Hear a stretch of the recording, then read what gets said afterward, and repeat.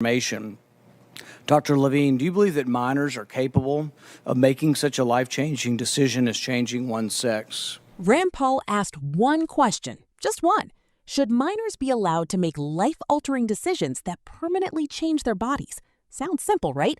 But when Paul pressed Dr. Rachel Levine during a heated Senate hearing, he says he never got a direct answer. What followed was one of the most talked-about clashes of the confirmation process. Paul raised concerns about puberty blockers, cross-sex hormones, and surgeries for minors. Levine repeatedly argued that transgender medicine is a complex field guided by medical standards of care. The exchange quickly turned into a larger debate over parental rights, medical authority, and whether children are mature enough to make decisions that could affect them for the rest of their lives. Let's get into it. Genital mutilation has been nearly universally condemned. Genital mutilation has been condemned by the WHO, the United Nations Children's Fund, the United Nations Population Fund. According to the WHO, genital mutilation is recognized internationally as a violation of human rights. Genital mutilation is considered particularly egregious because, as the WHO notes, it is nearly always carried out on minors and is a violation of the rights of children. Most genital mutilation is not typically performed by force, but as WHO notes, that by social convention, social norm, the social pressure to conform, to do what others do and have been doing, as well as the need to be accepted socially and the fear of being rejected by the community. American culture is now normalizing the idea that minors can be given hormones to prevent their biological development of their secondary sexual characteristics. Dr. Levine, you have supported both allowing minors to be given hormone blockers to prevent them from going through puberty, as well as surgical destruction of a minor's genitalia. Like surgical mutilation, hormonal interruption of puberty can permanently alter and prevent secondary sexual characteristics. The American College of Pediatricians reports that 80 to 95% of prepubertal children with gender dysphoria will experience resolution by late adolescence if not exposed to medical intervention and social affirmation. Dr. Levine, do you believe that minors are capable of making such a life-changing decision as changing one's sex?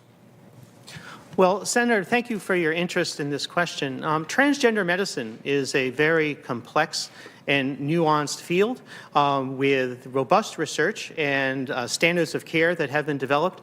And if I am fortunate enough to be confirmed as the Assistant Secretary of Health, I would look forward to working with you and your office and coming to your office and discussing the particulars of the standards of care for transgender medicine. The specific question was about minors. Let's be a little more specific since you evaded the question. Do you support the government intervening to override the parent's consent to give a child puberty blockers, cross-sex hormones, and/or amputation surgery of breasts and genitalia? You have said that you're willing to accelerate the protocols for street kids. I'm alarmed that poor kids with no parents who are homeless and distraught, you would just go through this and allow that to happen to a minor. I would hope that you would have compassion for Kira Bell, who's a 23-year-old girl who was confused with her identity. At 14, she read on the internet about something about transsexual. She thought, well, maybe that's what I am. She ended up getting these puberty blockers, cross-sex hormones. She had her breasts amputated. But here's what ultimately she says now. And this is a very insightful decision from someone who made a mistake but was led to believe this was a good thing by the medical community.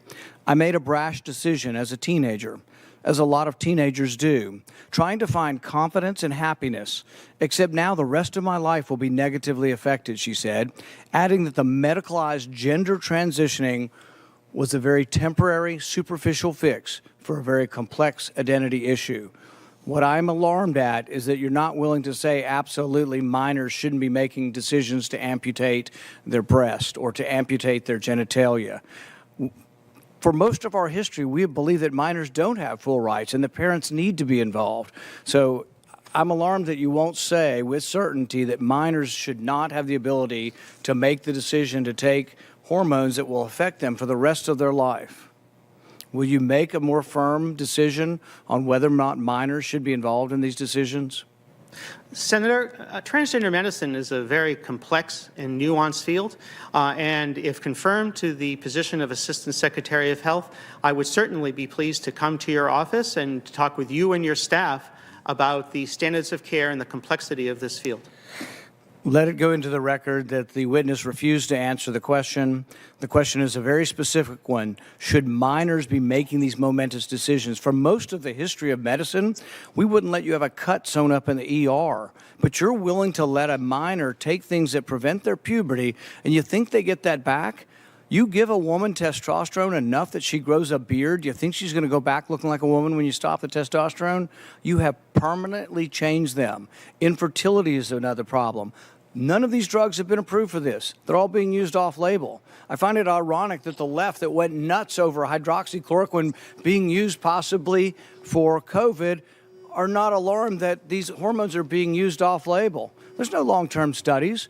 We don't know what happens to them. We do know that there are dozens and dozens of people who've been through this who regret that this happened and a permanent change happened to them. And, you know, if you've ever been around children, 14-year-olds can't make this decision. In the gender dysphoria clinic in England, 10% of the kids are between the ages of 3 and 10. We should be outraged that someone's talking to a 3-year-old about changing their sex. I can't vote for you if you can't make a decision. Thank you so much, Senator Paul. The moment Rand Paul got the microphone, he wasn't interested in a long policy discussion. He wanted an answer. Paul argued that society has traditionally recognized that minors are not fully equipped to make major life-changing decisions on their own. He then turned directly to Dr. Rachel Levine and asked whether minors should be able to make decisions involving puberty blockers, cross-sex hormones, or surgeries that could permanently alter their bodies. Levine responded by saying transgender medicine is a complex and nuanced field with established standards of care developed by medical professionals. But Paul wasn't satisfied. He came right back and narrowed the focus. He said he wasn't asking about the entire field of transgender medicine. He wanted a direct answer to a simple question about children making irreversible medical decisions. Again, Levine emphasized the complexity of the issue and pointed to existing medical guidelines rather than giving the yes or no response Paul was seeking. That's when the hearing became tense. Paul raised concerns about permanent physical changes, fertility issues, and stories from individuals who later regretted transitioning medically as teenagers. His argument was straightforward. Teenagers change their minds about major decisions all the time, so why should society assume they can fully understand choices that may affect them for life? He also stressed the role of parents and argued that caution should come first when dealing with children.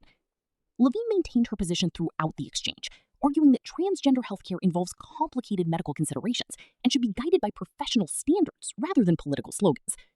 Neither side moved. Paul focused on risk, permanence, and protecting minors from decisions they may later regret.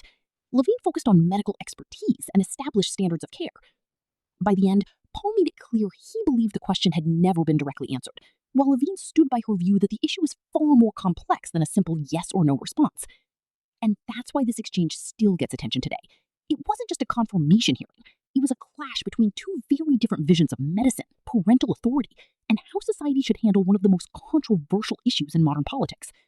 If you enjoyed this breakdown, make sure to like, subscribe, and turn on notifications so you don't miss the next video.